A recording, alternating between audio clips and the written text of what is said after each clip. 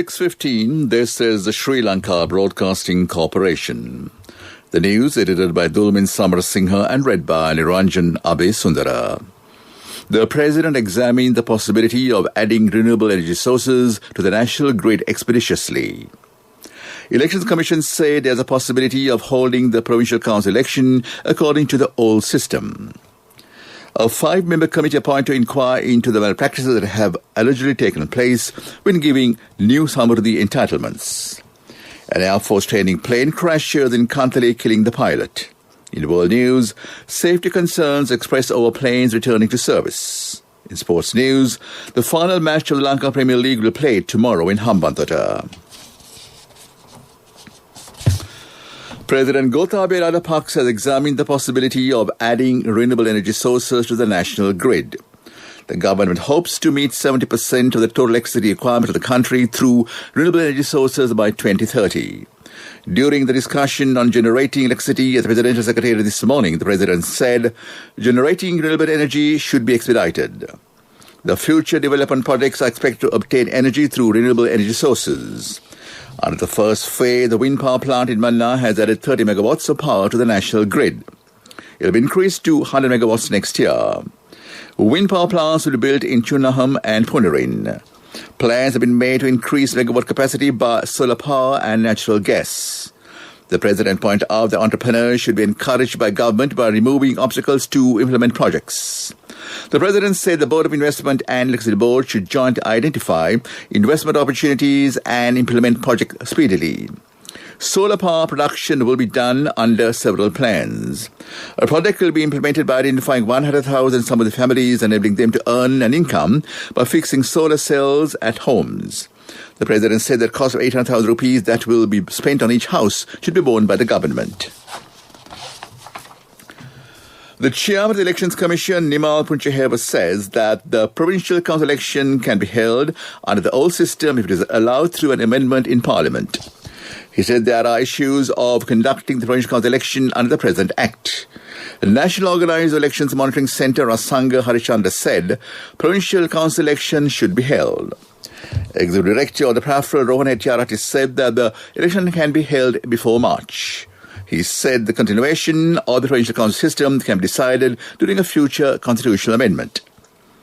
Cabinet spokesman Minister K. Rambakwela said today that the government has paid attention and holding the election by March 2021. A 5-member committee has been appointed to look into malpractices that are alleged to have occurred when giving Samurdhi entitlements to new recipients. The committee has been appointed on the instructions of the State Minister Shehan Semasinghe. 430,594 new recipients were added in 2019. The State Minister has appointed the committee due to the complaints received about the new recipients. The committee report should be given to the Minister on or before the 31st of January. An Air Force aircraft met with an accident while on a training mission this afternoon. The aircraft has crashed in Kantale in the Suryapur area. Air Force spokesperson Group Captain Dushan Vijay said that the trainee pilot was training the aircraft at the time. He said that the pilot died in the crash and the committee has been appointed to inquire into the incident. Businessmen have expressed their appreciation to the government led by the President and the Prime Minister for opening the new Manning Market complex in Paliagoda. Vegetable stocks were brought to the market yesterday evening for the first time after opening the market complex on the 20th of last month. The wholesale traders point out that farmers, traders and consumers will be benefited by opening of the market. The Manning Market, which was limited to 2 acres earlier, is now located over 13 acres at the new venue. The chairman of the Sri Lanka Land Development Corporation, MRW de Souza, says renovating tanks is taking place under the vistas of the Prosperity of Manifesto of President Gotabaya Rajapaksa. During the media briefing in Colombo today, he said, aims to renovate 47 tanks to get water to 5,000 acres of paddy. He said it will enable to cultivate paddy in the Yala and Maha seasons. He further said renovations will be done with the participation of farm organization in those areas. Renovations to the Mahapanasa tank in Munragala, the Vibble area and the Panangala tank in the Badura district will be commenced on the 21st of this month. It will be done with assistance of the Army Engineering Regiment. Chinese ambassador in Sri Lanka, Ki Zhenghong, called on the speaker, Mandya Pabivadana, this morning. The meeting took place at the official residence of the speaker. Secretary-General of Parliament, Dhammika Dassanayake, was also present on the occasion. This news broadcast comes to you from the Sri Lanka Broadcasting Corporation. Save your card with a balance transfer facility from People's Bank. More details at peoplesbank.lk.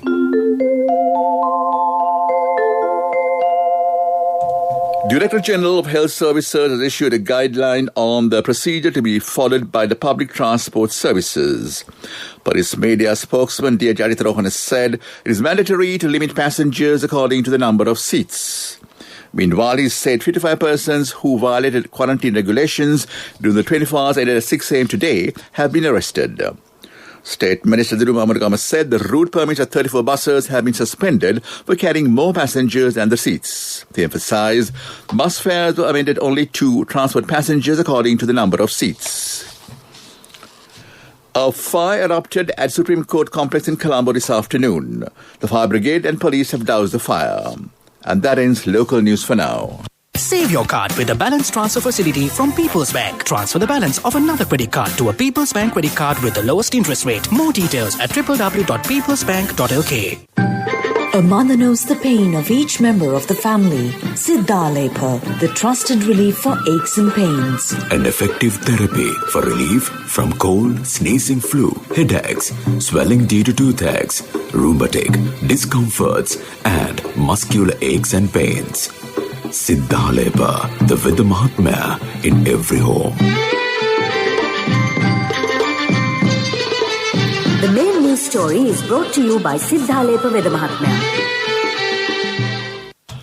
The total of COVID-19 related recoveries reported in Sri Lanka increased as 558 patients were discharged from hospitals. According to the Epidural Unit data, recoveries count now stands at 24,867. Sri Lanka has confirmed 33,478 positive cases of COVID-19 infections to date. 154 of them have died due to the virus. Meanwhile, 8,057 active cases are still receiving treatment. That was the main news story. The main news story was brought to you by Siddhalepa Veda Mahatmya. Brush your teeth twice a day for healthy teeth and gums. Supiriviki and Kakulu, your trusted brands in oral care for many years. Supiriviki Ayurvedic toothpaste for adults. Kakulu Ayurvedic toothpaste for kids. 9 Ayurvedic ingredients of Supiriviki will protect your teeth and strengthen your gums. Supiriviki and Kakulu, products from Siddhalepa. On to Watchlight, motorists complain that beggars near the traffic light at Devi Balika Vidyalaya in Boralla are a nuisance to them. They complain that it's especially dangerous in the nights when they appear in between lanes. They said, especially there is one female beggar on a wheelchair who moves across in the lanes in the nights and she's hardly visible. They warn there could be a fatal accident before long if they are allowed to continue this practice. This was the attention of traffic police in Colombo. That came to in Watchlight. On to world news. Safety concerns expressed over planes returning to service. Australia trial of Citibank and others due in 2022. EU faces Franco-Dutch call for rule to stop greenwashing. Experts are warning airlines to take extra care when reactivating planes left in storage during the pandemic. Pilot rustiness, maintenance errors, and even insect nests could be potential dangers for aircraft re-entering service. Travel restrictions have caused a huge decline in flying, with many planes put in extended storage. As a result, there has been a spike in the number of reported problems as planes return to service. Citigroup and other finance companies and executives will likely face trial in Australia in 2022, 7 years after a share sale they are accused of colluding in. Citi, Deutsche Bank, AG's Australia and New Zealand Banking Group Limited, and 6 of their current and former staff are fighting charges of colluding as a cartel during a 2015 ANZ stock issue to withhold unwanted shares and prevent a price decline. The legal proceedings could bring hefty fines and prison terms for the charged individuals. French and Dutch security regulators called today the European Union to rule to prevent greenwashing or inaccurate claim that investments are sustainable and climate-friendly. Several firms provide ratings on a company's environmental, social and governance risks that asset managers use to make green investment decisions. The European Commission wants to boost sustainable investments and is due to publish an action plan in 2021. And back to the headlines of the world news. Safety concerns expressed over planes returning to service. Australia's trial of Citibank and others is due in 2022. EU faces Franco-Dutch call for rules to stop greenwashing. That is world news. Development news. Government Information Department said the Cabinet Ministers granted approval to commence the construction work of the International Gem and Jewellery Trade Centre.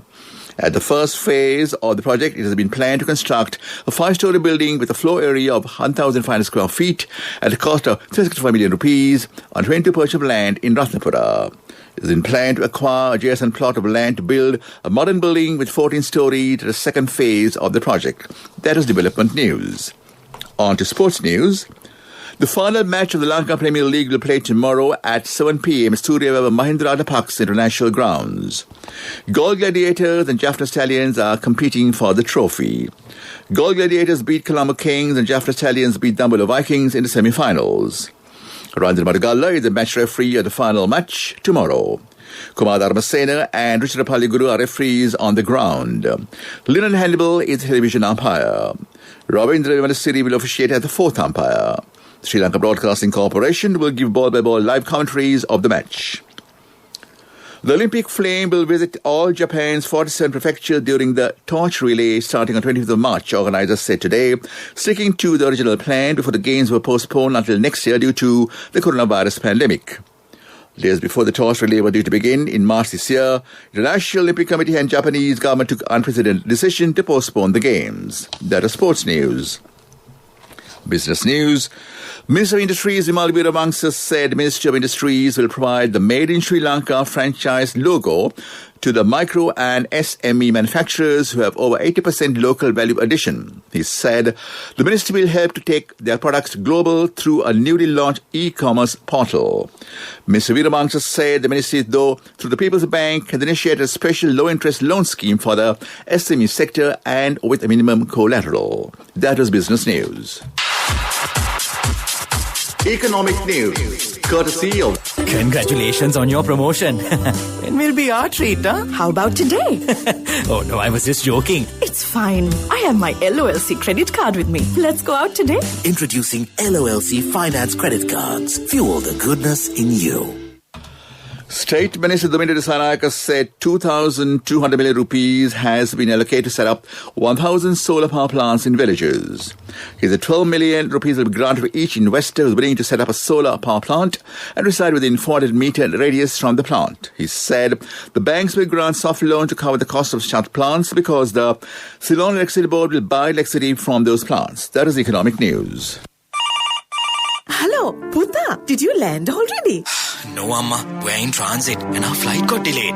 Oh, really? How is Shani? Poor thing with her pregnancy. She might be feeling very uncomfortable. The airport must be heavily crowded because it's a season. Amma, calm down. Everything is sorted. Why, I have my LOLC World Card with me. We are at the VIP lounge. There's nothing to worry. Those who spread goodness radiate happiness to everyone around them. Introducing LOLC Finance Credit Cards. Fuel the goodness in you.